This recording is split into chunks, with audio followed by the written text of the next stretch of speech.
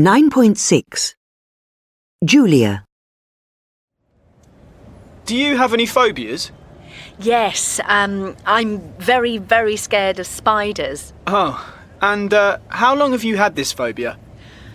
I've had it since I was about 12, so for more than 30 years. Did something happen to start the phobia? I remember, and it's when I think I started being frightened, I remember a very big spider in the flat that we lived in at the time coming out from under the television and going across the room, and me being absolutely terrified. And that's the first time I remember being scared. How does it affect your life? In the past, it was really awful. I mean, I couldn't sit in the same room as a spider, and I always had to keep all the doors and windows shut because I was frightened that spiders might come in. But I had some therapy, and I can now sit in the same room as a spider. Not for long.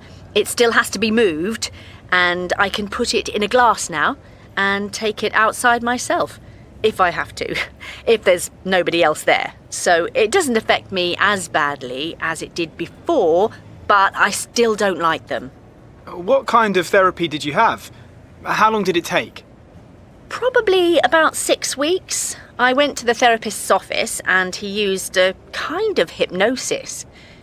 He made me go back to that first incident with the spider and the TV, and we talked about it again and again until it wasn't so frightening. And then in the last session, he brought in a spider in a jar into the room, and he made me hold the jar.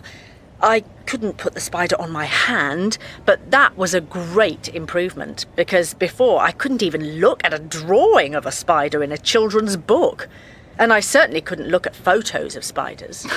Wow, amazing. Chloe. Do you have any phobias? Yes. I have a phobia of buttons. Buttons? On clothes? Yes. I don't like touching them. Oh, and how long have you had the phobia? All my life, I think. For as long as I can remember. Uh-huh. And do you know what happened to start the phobia? I don't know exactly, but my mum has told me that when I was very little, about 6 or 7 months old, she tried to dress me in a cardigan, a woolen cardigan, with buttons that my grandmother had made for me. And apparently I screamed and screamed until she took it off again. Okay. And how does the phobia affect your life?